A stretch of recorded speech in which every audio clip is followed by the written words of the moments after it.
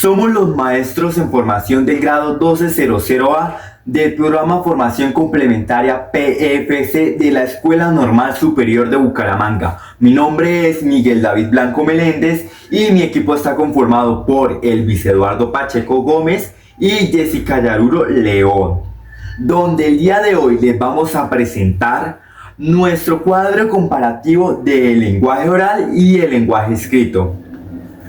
El objetivo principal de este trabajo fue analizar las diferencias entre el lenguaje oral y lenguaje escrito, comprendiendo por qué ambos son importantes en los procesos comunicativos y pedagógicos, donde el lenguaje hace parte de nuestra vida cotidiana y por eso muchas veces no nos detenemos a pensar las diferencias entre hablar y escribir. Sin embargo, diferentes autores han demostrado estos dos tipos de lenguaje poseen estructuras o procesos totalmente distintos.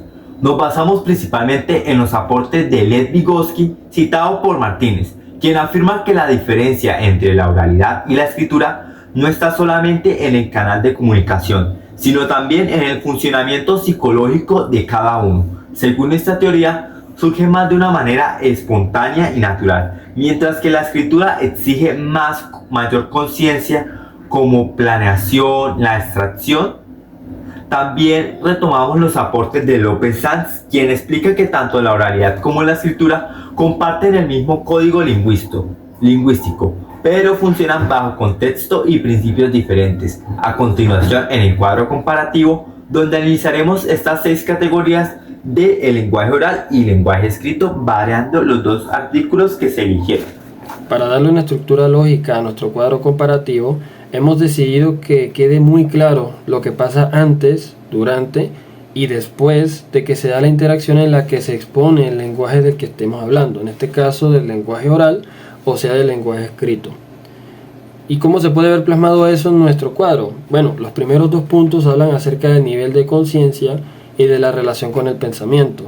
Vamos a ver que eso tiene mucho que ver con la producción de ese texto o con el discurso que debemos disertar a cierto público. También vamos a hablar acerca de los puntos 3 y 4, que son situación comunicativa y canal y percepción. ¿Qué pasa durante esa interacción? ¿Y qué pasa por la mente del orador? ¿Y qué pasa para que el receptor pueda entender y canalizar todo lo que está recibiendo, todo lo que se le está comunicando?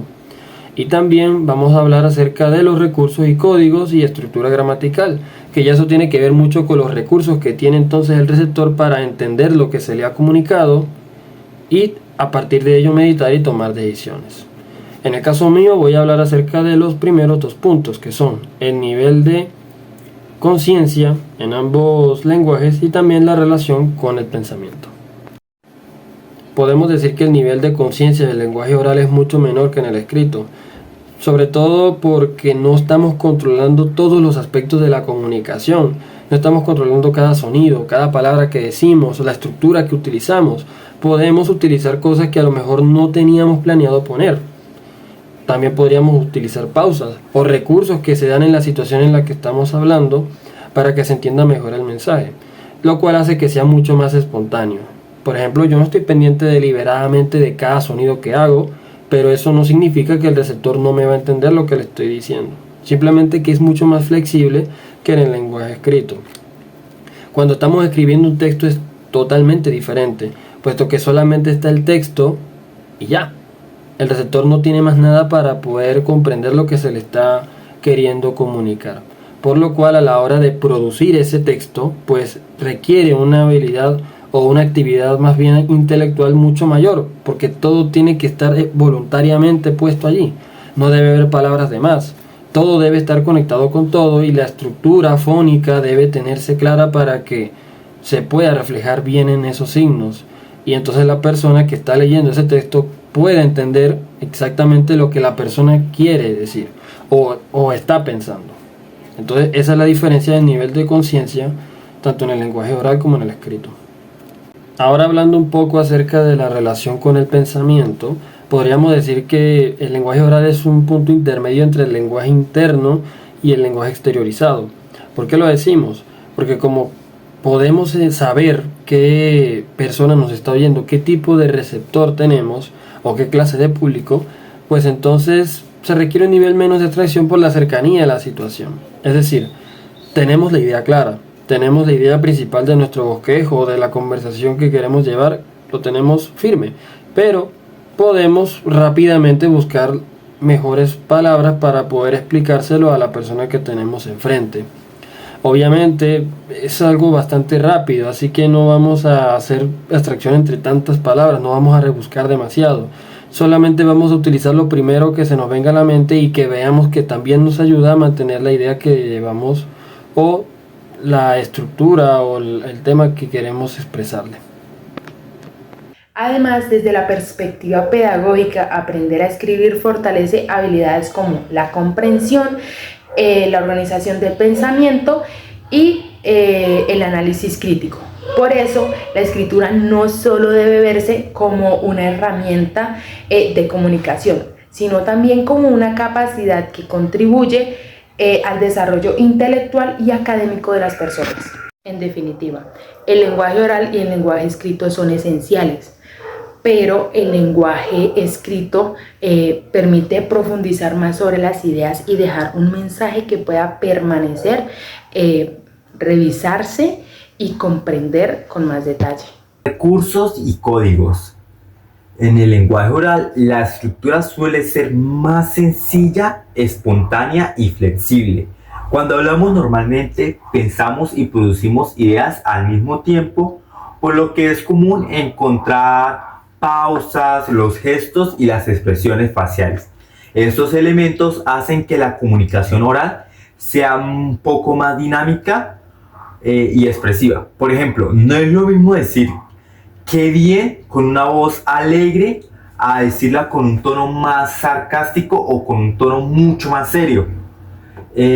Aunque las palabras son las mismas, el significado cambia gracias a la entonación, sino también a los gestos pueden reforzar como lo que está diciendo. En cambio, en el lenguaje escrito no cuenta con esos apoyos visuales ni sonoros. El escritor no puede usar el tono de voz ni los gestos para aclarar lo que quiere expresar. Por esa razón, la escritura necesita utilizar otros recursos que permiten organizar y dar sentido al mensaje. Entre esos están recursos como los signos de puntuación, las comas, los puntos y los signos de interrogación y admiración. También se utilizan conectores, párrafos y minúsculas. Todos estos elementos ayudan a transmitir emociones, ordenar ideas y facilitar la comprensión del lector. Por ejemplo, una coma mal ubicada puede cambiar completamente todo el significado de la oración, donde esto demuestra que la escritura requiere mayor precisión y planificación del lector, donde el lector pueda entender el mensaje sin tener al autor presente para explicarlo. Por eso se dice que el lenguaje escrito necesita más organización y conciencia lingüística. También tenemos la estructura gramatical, que por otro lado, en el lenguaje escrito exige una infraestructura mucho más organizada y más formal. Las ideas deben estar conectadas de manera lógica y coherente para que cualquier lector pueda entender el texto sin necesidad de explicaciones adicionales. En la escritura se utilizan oraciones más elaboradas con mejor organización y vocabulario más preciso. Además, el autor debe cuidar aspectos como la coherencia y la ortografía. A diferencia del lenguaje, en el texto escrito puede revisarse, corregirse y modificarse. Antes de ser presentado, pues esto permite eliminar errores, mejorar las ideas y lograr una mejor comunicación más clara. En el lenguaje oral, la estructura puede ser un poco más sencilla y flexible. Cuando hablamos normalmente pensamos y producimos las ideas que salen de nuestra mente. Por lo que es muy común encontrar, o sea, no es como por lo que, bueno, es por lo que es muy común encontrar pausas, repeticiones, cambios repentinos de idea. También es incluso encontrar errores gramaticales, pues muchas veces en una conversación utilizamos frases pues incompletas o en el contexto, no se llega como a entender también las expresiones, o es frecuente usar expresiones informales como las muletillas, como actualmente estoy utilizando, o muchas veces la gente lo utiliza en disertaciones orales como las de ahorita, o repeticiones. Pues todo esto es parte de la naturalidad, también de la oralidad, y no afecta toda la comunicación porque existe la interacción pues con la persona. Por ejemplo, en un ensayo o trabajo, pues se puede escribir de manera improvisada como una conversación, pero es necesario planear las ideas y organizar en párrafos y utilizar conectores adecuados para mantener la relación entre las partes del texto. En pocas palabras, es como crear un borrador con dichas ideas y luego ese borrador pasarlo ya terminado para entregar. Con eso terminamos estas seis estructuras o estas seis categorías que vimos en el cuadro comparativo del lenguaje oral y el lenguaje escrito. Para concluir, consideramos que el paso del lenguaje oral al lenguaje escrito es un proceso muy importante para el desarrollo del ser humano, no solo porque cambia nuestra manera de comunicarnos, sino que también nuestra forma de pensar y organizar nuestras ideas.